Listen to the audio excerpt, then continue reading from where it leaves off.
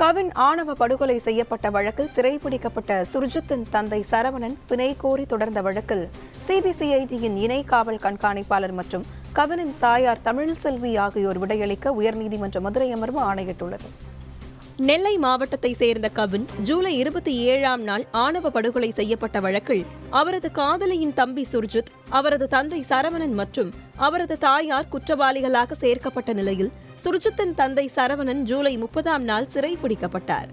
இந்த நிலையில் சிறையில் இருக்கும் சுர்ஜித்தின் தந்தை சரவணன் பிணை கோரி உயர்நீதிமன்ற மதுரை அமர்வில் வழக்கு தொடுத்திருந்தார்.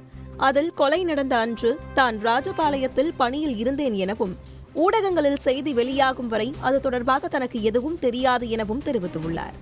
சுர்ஜித் தனது மகன் என்பதை தவிர இந்த வழக்கில் வேறு எந்த தொடர்பும் தனக்கு இல்லை எனவும் இந்த கொலைக்கும் தனக்கும் எந்த தொடர்பும் இல்லாததால் தனக்கு பிணை வழங்கி ஆணையிட வேண்டும் எனவும் வழக்கு தொடுத்திருந்தார். இந்த வழக்கை விசாரித்த நீதிபதி முரளி சங்கர் வழக்கு தொடர்பாக சிபிசிஐடியின் இணை காவல் கண்காணிப்பாளர் மற்றும் கவினின் தாயார் தமிழ்செல்வி ஆகியோர் விடையளிக்க ஆணையிட்டு வழக்கை நவம்பர் 17ஆம் நாளுக்கு ஒத்திவைத்தனர்.